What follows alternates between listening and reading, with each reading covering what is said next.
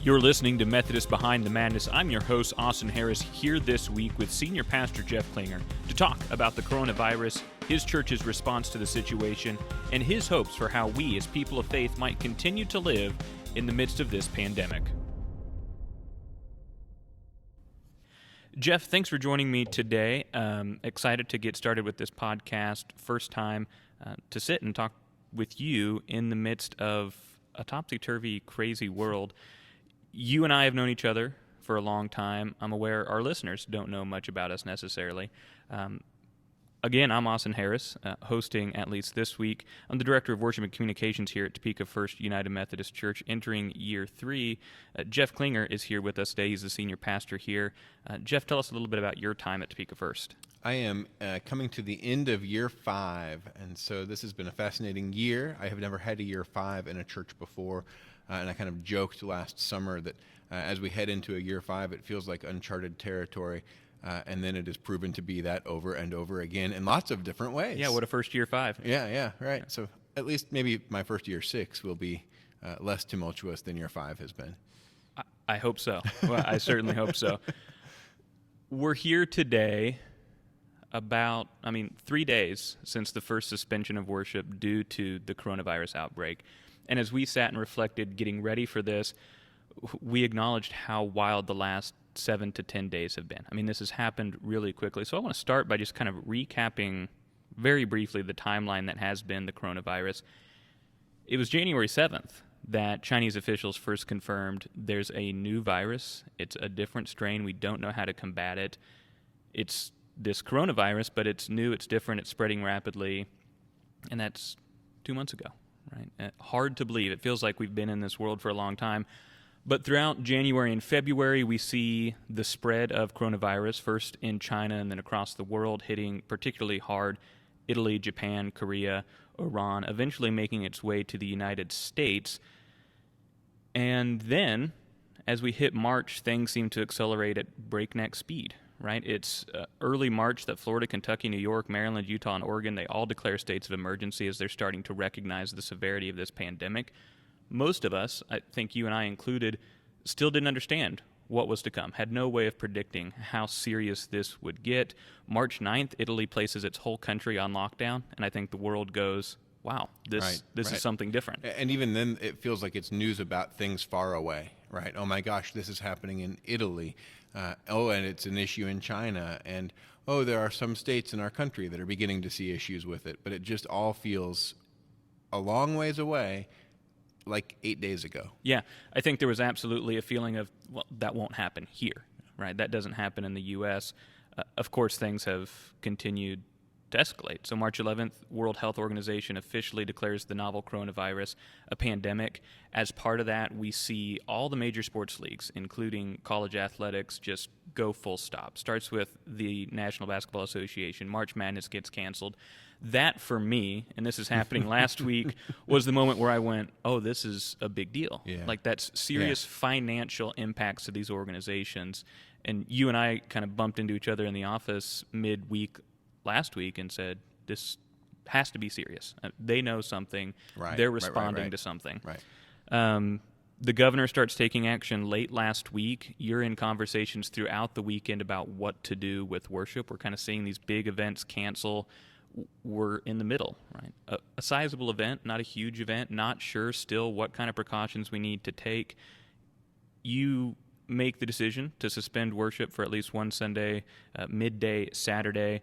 We do live stream worship Sunday afternoon, decide to suspend for 2 weeks, and then hours later we get the executive order from the governor saying 8 weeks ban on people gathering in groups of 50 or larger. And so it's really been these last 4 days in Kansas and in this church specifically that everything's just developed really rapidly. Yep. What's it been like for you to lead not only in the fast-paced environment that has been the last several days, but to lead in what is truly uncharted territory? We drop that phrase a lot, but this is not anything that a person alive today has experienced or knows how to deal with. So as a leader in the church, how have you even begun to wade through that water? Yeah, one step at a time. A phrase I'm using a lot is we're going to just make the road while we walk it, because we are making up a lot of things as we go. So, I use words like strange. It's a strange time to lead. I've said that a lot. But part of my personality that I'm aware of is kind of the always wanting to have the details and always wanting to understand and always wanting to be able to weigh them all and analyze them and then make the best decision. And that has felt almost impossible as the last days have unfolded. You talked about timeline a little bit. It was last Thursday, probably midday, that I sent a drafted paragraph for my Friday communication to the congregation, sent it to our leadership council chair and chair-elect, and said, here's where we are for Sunday. Let me know what you think. Push back if you want to. We had talked about it earlier in the week, and that was just the basic kind of social distancing, hygiene, hand washing recommendation. We were going to meet and worship in person. We were going to have hand sanitizer. We were going to tell people not to shake hands with one another. We made what we thought was kind of a reaching decision last week to not pass offering plates on Sunday. We were going to take that extra level of precaution. And so then things began, like you said, to escalate really quickly from there. I get an email on Friday from a health professional in the congregation saying, I think I was with you last night, and now I think we need to take this more seriously. And I found myself pushing against that and being really hesitant and thinking, are we just giving in to fear? I don't want to be driven by fear. The Bible says over and over again, fear not. And so I found a real hesitancy.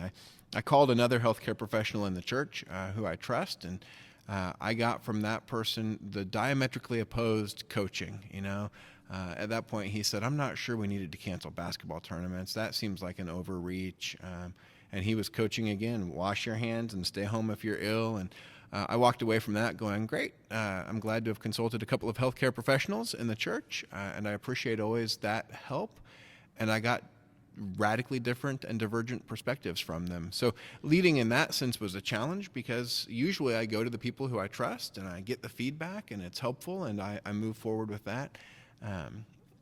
And then Bishop Sines sent a note on Friday and said, gatherings of 250, I would strongly recommend you not to meet. And even then I'm parsing through, well, what does that mean, right? We have 3 worship services and none of them are more than 250. And so we don't have 250 in the exact same space at the exact same time. How does that work?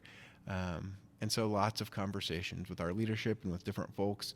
And when we finally made that decision on Saturday to stop in-person worship for last Sunday, I thought, I still don't know. Is this foolish? Is this overreacting? Is this fear-based? And it feels like now, as you said, rest of the recommendations that have come out make it more clear that what we did needed to be there. The phrases that none of us knew 2 weeks ago and are all so familiar now, right? We got to flatten the curve. And part of that is the social distancing. And I'll push on the social distancing thing before we're done today, I think. But fascinating ways in which language just kind of comes into our reality and starts to shape it very quickly. Yeah, and so you suspend worship Sunday, are able to offer the live stream worship, and part of that is just the benefit of technology in this modern era. How important was that in helping you make the initial decision, knowing that just because you cancel church does not mean the church is no longer a presence in people's lives? And how valuable is that in your eyes for these next 8 weeks at least? Yeah, well, it's incredible. We, a couple of years ago, did a significant project in the church in terms of installing new screens and new cameras and the technology to be able to live stream. And so knowing, we're not canceling worship, but we're going to not be worshiping in person. And being able to put together a worship celebration that goes out live is great. But then even beyond that, knowing it's available as a resource, the podcast is there for people to listen to throughout the course of the week. The video of the worship celebration is there online for people to go back and to watch. But even beyond the worship streaming technology, over the last week to be able to lean into other technology, we've seen everybody have a Zoom account now. If only I could have gone back and bought stock in Zoom. And my neighbor was bragging the other day that his stock guy tipped him off to toilet paper stocks a number of months ago. So he's really smiling about that. But Zoom meetings for staff. And then I've just seen our staff really explode with creativity. All of a sudden we're like, we've been talking about a podcast for a while. It's probably time to start a podcast. And so we can do that. but to the way that children's ministry is reaching out to families through Facebook, and youth discipleship is going to be doing some things through different social media channels and platforms. To watch the church as a whole say, we don't have to cancel, we have to rethink, we have to retool, we have to reimagine what some of this looks like. But because of the initial investment in technology, we're positioned to say, let's figure out, what does it look like to connect, grow, and serve in this different way? How do we exist for the good of the city in this new season? So it's been a great thing. Yeah, I love the language that started to develop in a staff meeting on Tuesday of reimagining. Mm-hmm. What does it look like to be a church in what we're being forced to live in a digital age? Right. Yeah. So how do we continue to be the church, continue to be a presence, just reimagining what we do? And I love not replacing, but reimagining. In that, there are certainly going to be challenges. Right? And so as you look ahead to the next week, to the next several weeks, to what is now, based on Governor Kelly's executive order, 2 months without in-person gatherings for this community of faith and most communities of faith throughout the region and country, what challenges do you see in the midst of those opportunities? I mean, the challenge is going to be to create space for connection, for community, for care. Those are 3 words I keep coming back to time and time again. But the opportunities are all there before us with the use of technology and even some things that are not technologically driven, but just creative and different. I was talking to somebody today who said, how do we care for those persons who are going to struggle to make the technological leap? Some of our oldest members who live in many ways disconnected already. And so the idea is like, well, what if we went caroling to those shut-ins? And so what if on Easter Sunday or somewhere in that week of Easter, we took Easter lilies and the choir, who hasn't been coming together and rehearsing much, is able to go and say, hey, let's sing some of these hymns that we love for the people out there. When we think about things around the rest of the season of Lent and Holy Week in general, again, because the technology is in place, as a church, we're saying we're going to still do a Good Friday worship celebration, and we're going to create that as a live-streamed experience, and we'll do Tenebrae, and we'll have the extinguishing of candles as a piece of that, and we'll have meaningful music as a piece of that. And then on Maundy Thursday, we've said, well, what does it look like to build an experience that people can use a digital guide and a tool, but as they share meals with family, think about the Last Supper and think about what it means that Jesus says, hey, when you break bread and when you drink this cup, remember, and bring that Maundy Thursday experience into people's homes. So it's really exciting to think about, again, the reimagining. Palm Sunday, how are we going to wave palms? What will that look like to be in community? Will we encourage people to walk around downtown Topeka on the prayer walk that we've been doing during Lent and to wave their palms while practicing social distancing? How will those things play out is going to be exciting to see over the next weeks. I think the level of creativity being unleashed is exciting and something that can be replicated in other churches and in other communities, but also in our personal lives. Yeah. This is a very hard situation. We're all learning to live in different rhythms and different routines. I think that energy of viewing this as an opportunity to explore new ideas, to explore new things, is a valuable lesson of what it means to live faithfully in the midst of disturbing times. I want to transition a little bit and just talk about what your vision is for what and who the church can be in this period of great transition and discomfort. We've talked about institutionally what this congregation is going to do and how it's going to respond at an institutional level.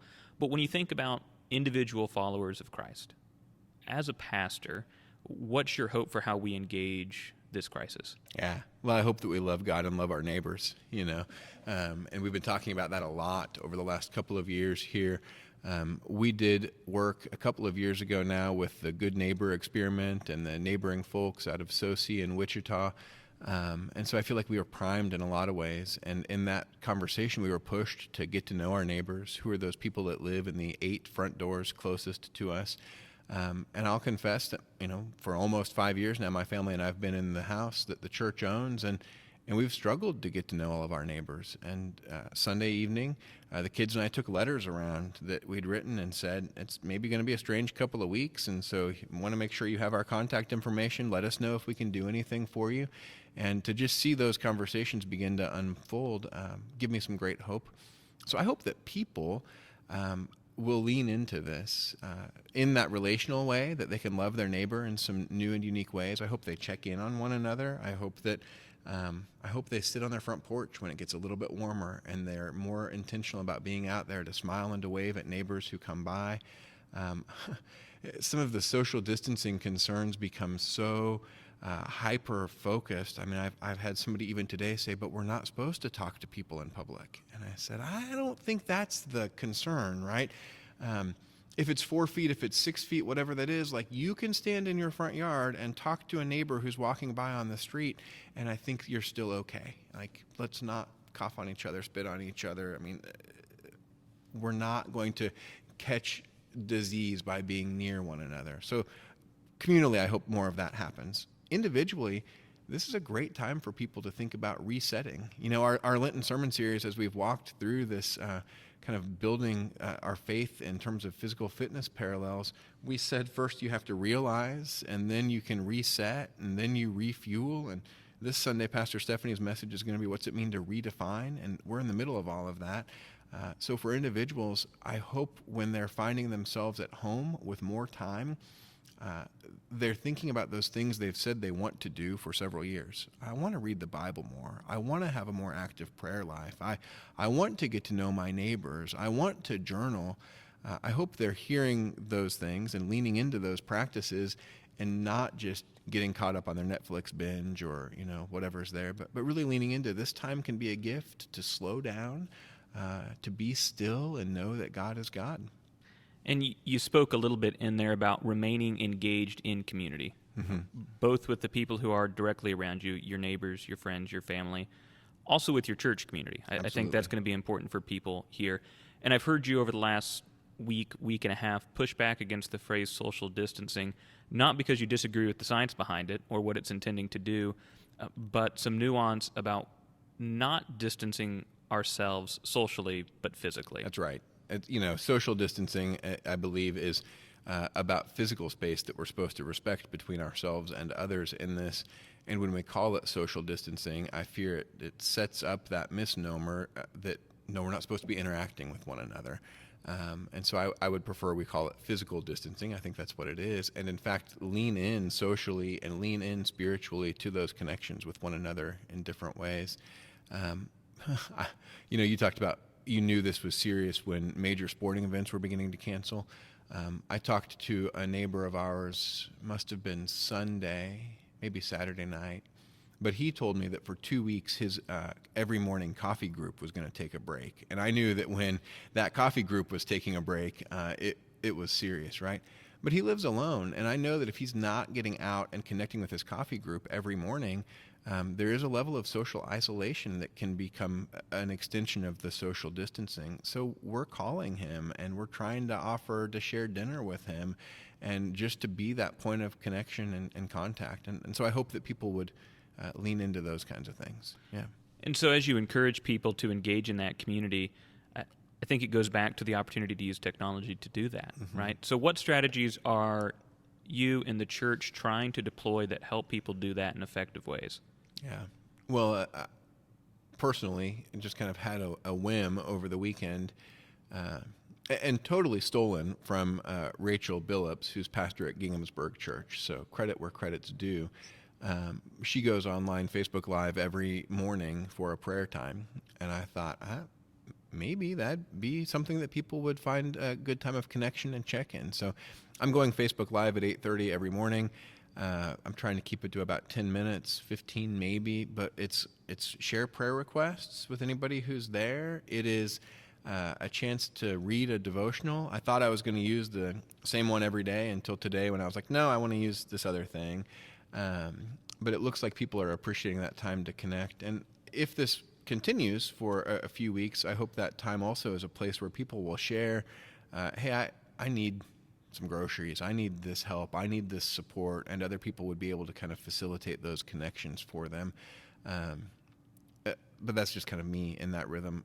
I mentioned earlier, part of what's really excited me is watching staff experience a freedom to think creatively in this time too. So Wednesday nights, this last Wednesday night, I think it starts, and then maybe every evening at 6 o'clock, Allison Brewer's going Facebook Live with our children's discipleship page, and that's an opportunity for parents and grandparents and kids in our church to have a check-in time and some kind of a fun faith and family connection.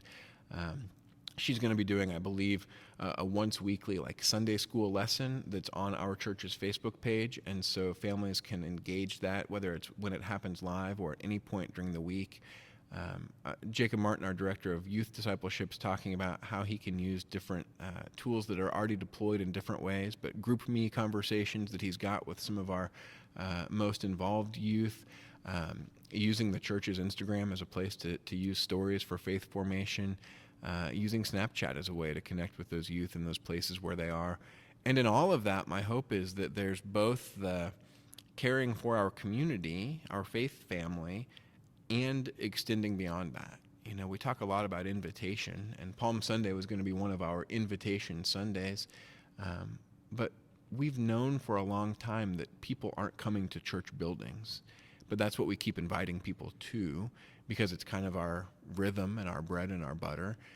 And now people are inviting friends into connections and community that exist in those digital ways. So the potential really feels huge. Yeah, a lot of the shifts we're talking about, particularly around the office, are not necessarily new ideas. Right? They're things we've been saying for months and even years in some cases. We should probably get serious about doing those things. It feels like this is forcing the church, not just this one, but kind of lowercase c, to figure out what it means to exist in the 21st century and reach a very different society. And buried within that is an opportunity to reintroduce what it means to be a follower of Jesus to people. And I think the level of excitement embedded in that is really encouraging.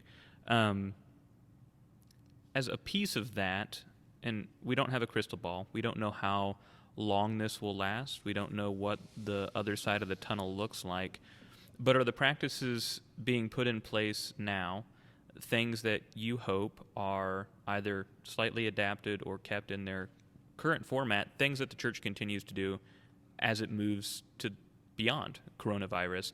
Once the doors open back up, once life returns to whatever new normal is this type of creativity and outreach something you really hope becomes part of the DNA of this congregation?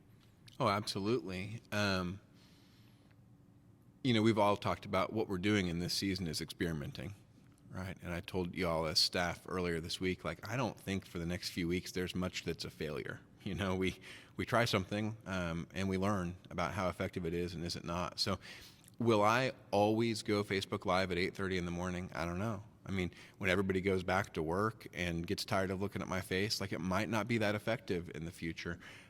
So I don't want us to become committed to specific practices at the detriment of continuing to be creative. And in some ways, that's what the church gets accused of historically. We've made the mission often more about the buildings and the traditions and the rituals than it really is about sharing Christ's love in community. We're happy if people come inside of our space to share Christ's love with them in the way that we've always shared Christ's love. But the way in which we're thinking creatively and doing some of these things outside of the box, I do hope will continue. And I hope that the creativity will continue to generate from there. I want to go back just a minute, and it's related to this, but give a hat tip to it doesn't have to be about technology. We're really lucky that we've got so many tools in place and that we can do those things. But I was on a conference call with some Topeka district clergy this morning, and a pastor of another church said, I don't have much staff. We're a smaller church. And she said, so what I'm doing is I'm scheduling a phone call with all of the kids in our church. And I'm just on the phone with them once a week, and I'm reading a story with some of the younger kids, or I'm talking about Harry Potter with some of the older kids. But she said, I'm getting more time to connect with the kids in our church now than I did before. And so I would just offer that to anybody who's listening. Don't dismiss the conversation about creativity and thinking outside of the box because you don't have technology. We're lucky that we've got some of the technology that we can use. But I hope that churches as a whole are going to keep being creative. We've always said, things like, if the church in your community closed, would anybody in the community notice? Or, one of my favorite lines is, the church is what is left when the building burns down and the pastor leaves town, So we're seeing churches get creative in lots of ways. And I hope that creativity continues for a long time. Yeah. Well, we're going to take a quick break, Jeff. We'll come back right after that. When we do so, I want to pivot to how you're dealing with this on more of the personal side, as a father, as a husband, as a son, as a member of a family, what coronavirus and the impacts look like for you there. So we'll be right back.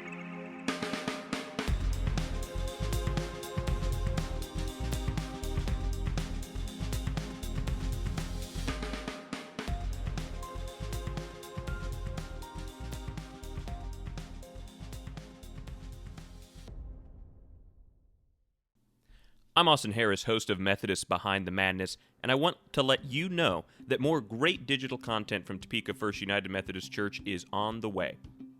Next week, another new podcast, Gospel on the Go, is set to launch.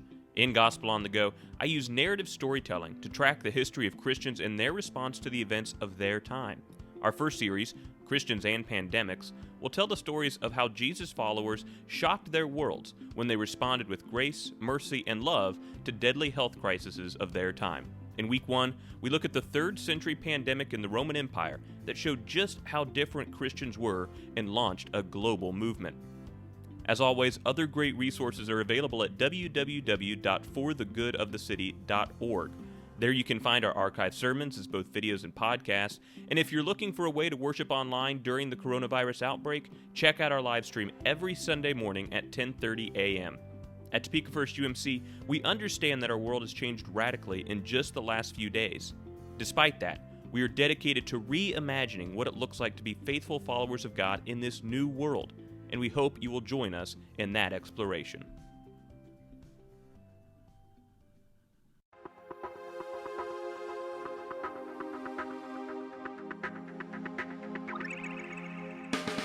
We are back with Senior Pastor of Topeka First United Methodist Church, Jeff Klinger, talking about the realities for the church and individuals in the midst of the coronavirus. Jeff, you're wearing a lot of hats in this season. You're the pastor of a church leading in ways that you couldn't have possibly predicted. But you're also a husband, a father, a son, an uncle, a neighbor, a member of the Topeka community. And so I'm aware that for all of us, we are trying to figure out what life looks like right now. And we're in new normals. We discussed at the top of the episode that Governor Kelly has closed schools for the rest of the school year, and that's a particular impact on families with children who now have to figure out what's childcare look like, particularly in households where both parents or guardians are working full-time jobs. So as a husband, as a father, as someone with a personal life beyond the leadership, how is your family handling the changes that we're seeing because of the pandemic? Are there tools you've seen that are helpful in that, strategies you're trying to deploy, but also what's it been like communicating, particularly with your children? Yeah. I said earlier, in terms of church stuff, we are making the road as we walk it, and that's the exact same thing I've told my kids. When we learned that schools were going to be closed for the remainder of the school year, my 5th grader was devastated. It's her last year at elementary school. And so in her mind, she quickly flashed through everything she was going to miss. And you could just watch. I mean, tears came. There was the loss and the grief that she was experiencing in that. And then immediately concern about how am I going to be ready for middle school next year? And so it was both this experience of loss and this kind of flash of concern about what was going to be. And we just had to offer the assurance, we don't know. We don't know. When are you going to get your stuff out of the school? We don't know. When are you going to see your friends? We don't know. How are you going to be ready for middle school? We don't know. But we trust that you will be, and that's one of the things that I'm trying to tell the kids, and I think probably is helpful for all of us is we are strong and resilient people, and as followers of Jesus, we have this strength that comes from a well of resources that's available to us. And so I'm trying to give myself space to care for myself, be more intentional about, all of the get good sleep, eat good things, get physical exercise. We know those things are always important, but especially when we're kind of in a unique season, I push myself and other people to do those things. And so part of that's being built into the rhythm of our kids' life as we figure out what things at home are going to look like. Heather and I both have good flexibility with work things right now, so we can be back and forth between home and our offices and working from home a fair amount. But Sunday night, even when we just thought that the Shawnee County Health Department had given us 2 weeks of shutdown, we sat down as a family and kind of built the schedule. And when I go to an elementary school, I see the schedules like every 8 minutes something different happens, and we didn't go that specific. But we have hour-long blocks through the day, and I've tried to encourage the kids to know there's fluidity in that, right? So like, yes, this is an academic hour, but if you're working on it and whatever you're in the middle of is going to take you a little bit more time, like keep going if you want to keep going, and we'll cut into creative time or physical activity or whatever. And at the end of the day, in the schedule, we put a block that's catch-up time, and our son kept going, Dad, what is catch-up time? Like 4 times the first day I said, it's kind of free time. I mean, do you want more time to read? Do you want more time to play outside? It did not help that the first couple of days we were home were like a high of 40 and rainy and gross. Physical activity will be better when the sun shines, for sure. And so we're still trying to figure out what the academic pieces look like, right? I don't know. I've got a teacher in the church who connected on one of the Facebook Live gatherings in the morning and sent some resources, because I said, I'm overwhelmed, right? It's great that all of these publishing houses are offering free resources and materials, but I don't even know where to begin. And so I said, if anybody knows my kids, 2nd grade, 5th grade, and wants to provide some resource, that would be great. And I'm on a tangent here, but for me, that was really important to ask for help. Because we don't like to do that, because we're all really proud and we're really self-sufficient. But I named that and had shared it with Heather the night before and said, I think I'm going to ask for help. I don't know what's helpful for our kids, but somebody might be able to provide some help for that. So we're making it up as we go. I looked at the calendar last night. The first day of school is August 12, at least as we understand schedules to stand right now. And so from being off for spring break until August 12th is like 23 and a half weeks, which is about half of a calendar year. Probably an eternity when you're transitioning from 2nd grade to 3rd grade. But I don't know. I remembered last night I had chicken pox at the end of my 2nd grade year, and I missed the last, I don't know how many days, but the last days of school. Like I did not have closure. I went back to my elementary school after 2nd grade was over, and I cleaned out my desk. And my family and I moved that summer to a new community. And so I thought, at the time, I think that was really a bummer. And now, fast forward some decades, I survived. And so I kind of come back to the resiliency, the grit. Our kids are tough and will do fine with all of it. But so I guess it's a 2 thing in terms of advice for others. Be gentle with your kids. They are mourning and grieving losses. They don't know what's happening. I mean, they lost their job, right? I mean, they don't get to go back to work. So be gentle with them, but also encourage them and give structure and push a little bit. Like, they can do this hard thing. And all of us that walk through a unique season can be afraid of it and worried about it, or we can go, you know what, we're going to make the road while we walk it, and it's going to be an adventure, and we're going to do it together, and we're going to come out on the other side of it. So that's some of the encouragement I'd offer. Yeah.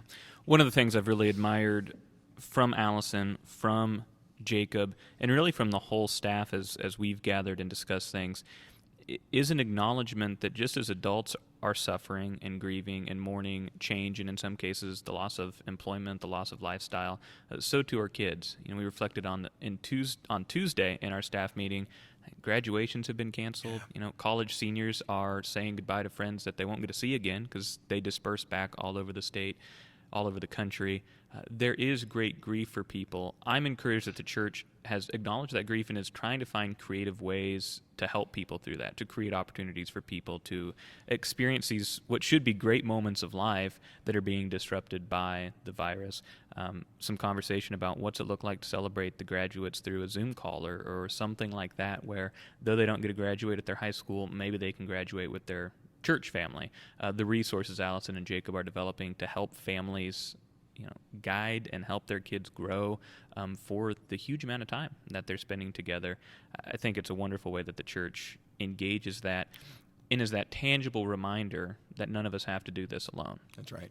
Yeah, and the community element to that is so huge. I've also seen the community exist in broader ways. I mean, one of the great things about being United Methodist is the connection and the system that we share there. So conversations with colleagues, resources from the conference. It's been interesting to be a conference that spans 2 different states because I'm watching things happen in Kansas and things happen in Nebraska that are, in one instance recently, diametrically opposed to each other. Yeah. I sat yesterday afternoon with a person connected to our church who's in the Kansas Department of Health and Environment, and she told me in the conversation that schools would be closing for the rest of the year. And she said some churches are asking, can they set up kind of ad hoc daycare centers to help with kids when parents are trying to work? And she said, we are strongly discouraging that. She said churches are not equipped for that. We are trying not to get large groups of kids together in the same place because of the disease spread. And so she said to me, if you have colleagues who are thinking about that, please tell them not to do that. Please discourage them from that. Okay, thank you. I heard that. And then last night I heard that Governor Ricketts in Nebraska is asking churches to open up as healthcare, childcare facilities so that kids can have a place to go. And I think I'm grateful for Holly Tapley, who's our conference disaster coordinator. And I think, how does she even put together communication to the Great Plains when the Great Plains is living in the difference between those 2 states? Yeah, and that highlights one of the challenges of leadership throughout this is at every turn we're getting both sides. Yeah. Right? There's not been that consistent, here's how we're all going to march forward. These are the things that you need to do. Go and do them. There's been a great deal of gray area for you and staff and the lay leadership of the church to negotiate, and the ability to do that is taxing, but part of the unique challenge of this situation. There's not been much black or white, at least until recent days. Yeah, and even this morning, so I'm on that call with district clergy, and somebody says, I'm really wishing that Bishop Sines would give a clear mandate about we should just close churches. And another pastor speaks up and says, I pastor 3 churches, and our average worship attendances are like 8 and 12 and 12. And she said, those churches are not concerned. Like they want their community, and it would be detrimental to them if the bishop said they have to close. And so, often we look to our leaders and we wish they would give us clarity, but sometimes the clarity that we want isn't the clarity that somebody else needs. And so you just kind of keep going, what's the best thing for us in this moment?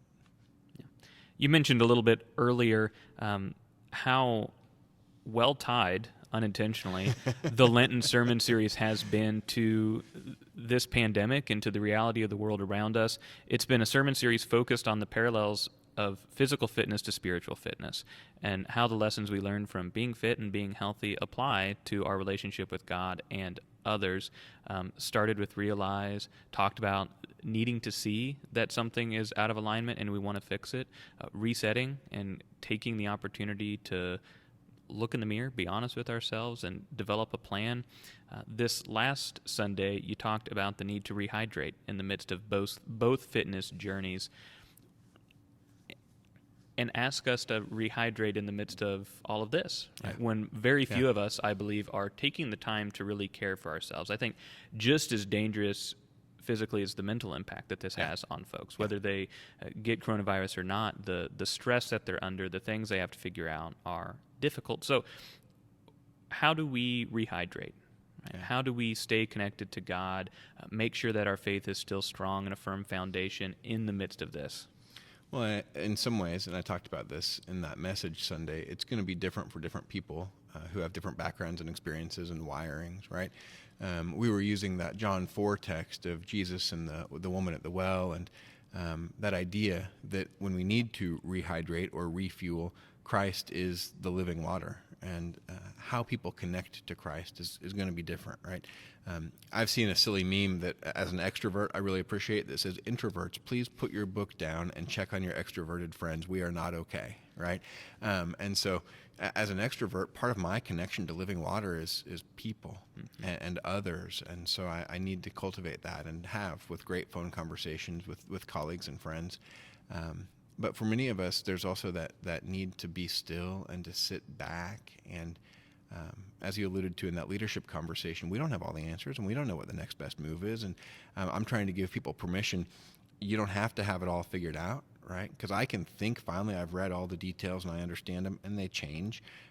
You don't have to have the answers. When your kids, when your parishioners, when people ask, what's next, or what's this going to be, or how are we going to do this or that? I don't know, I think is an okay answer. But sometimes for me, Psalm 46 is such a go-to verse, and that idea that we're supposed to be still and to know that God is God. Right? Be still is probably step one for a lot of us. And to know that God is God is such a crucial piece in so much of that. So whatever rhythms people had before, I'm saying lean into those, right? Continue your daily devotional. Continue your Lenten walking challenge. Continue the things that you're doing. But I'm also saying lean into something new. And I mentioned that earlier, right? Use the extra time that you've got in your schedule to do something to care for your soul, not just to veg out. And that's such a temptation for so many. I get it.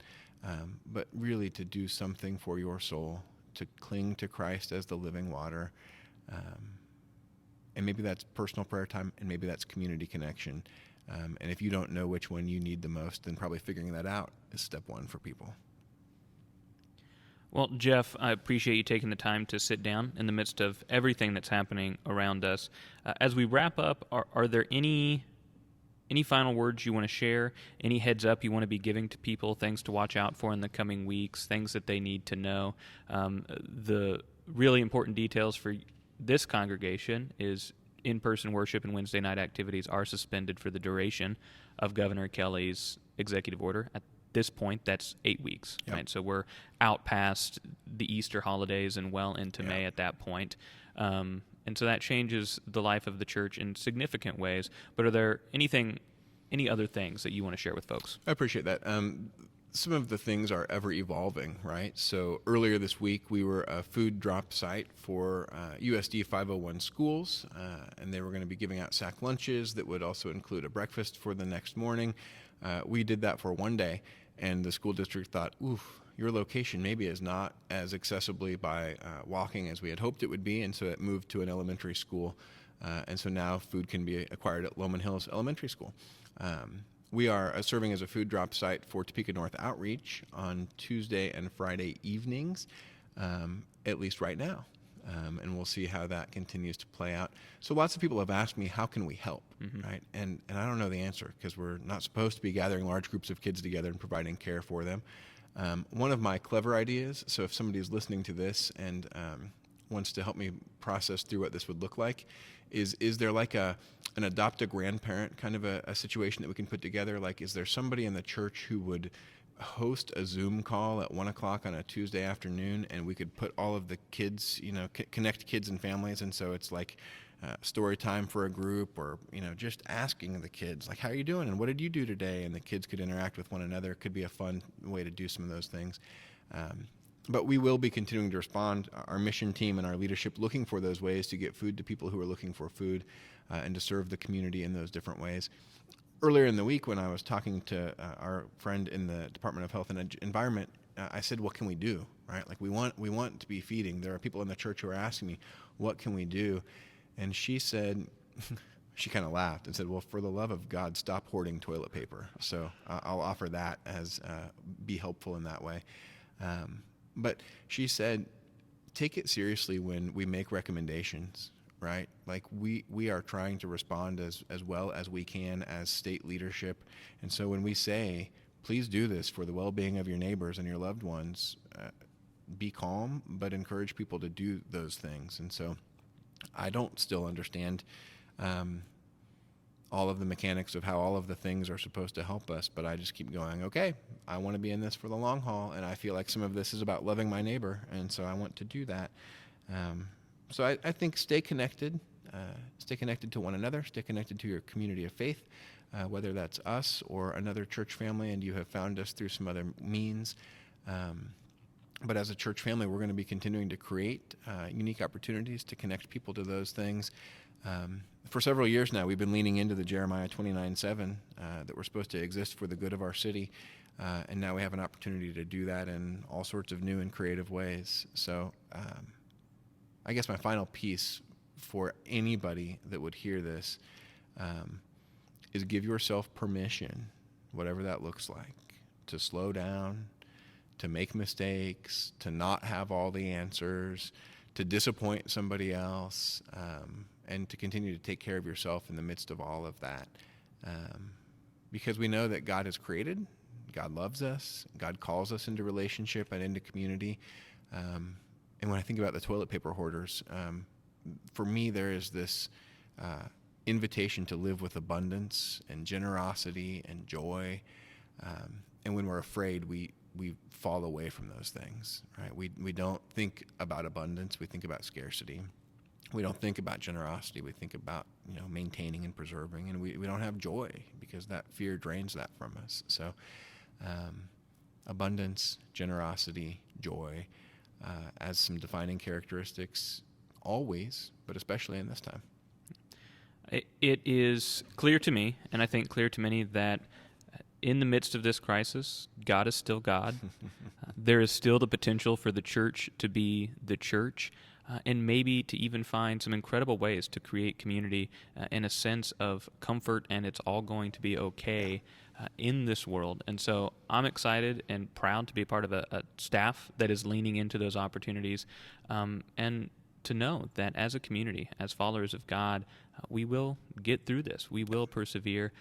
We don't have the answers, and it's okay not to have the answers, but we're going to do this together.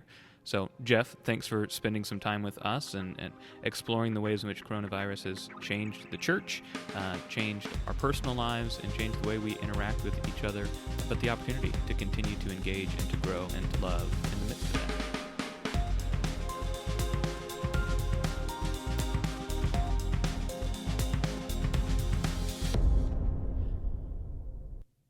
From Topeka First UMC, this is Methodists Behind the Madness. We hope you enjoyed this episode, and if you do, subscribe to our channel wherever you listen to podcasts, give us a 5-star rating, and share our podcast with your friends and help them subscribe too. Podcasts and other digital content like Methodists Behind the Madness are only possible through the financial resources of Topeka First UMC, and we hope that if you are able, you'll support us by supporting them. Links to donate and to our other digital resources are available in the episode notes. Just tap or swipe the cover art. A special thanks to Jeff Klinger for sitting with me today. For Topeka First UMC, I'm Austin Harris.